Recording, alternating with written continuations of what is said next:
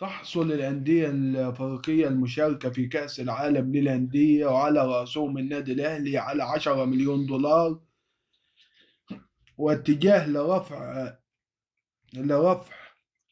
مكافأة الأهلي إلى 12 مليون دولار لتاريخ النادي وإنجازاته، والفريق الذي يفوز في أي مباراة في دور المجموعات يحصل على 1.5 مليون دولار. في حالة التعادل يحصل كل فريق على 500,000 دولار، والفريق الذي يتخطى دور المجموعات ويتأهل لدور ال16 يحصل على 7 مليون دولار إضافية.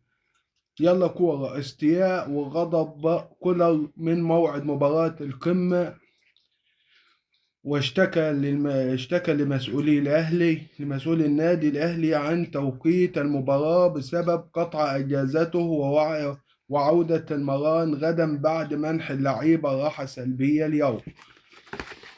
وبكده اللايك والشير. سلام.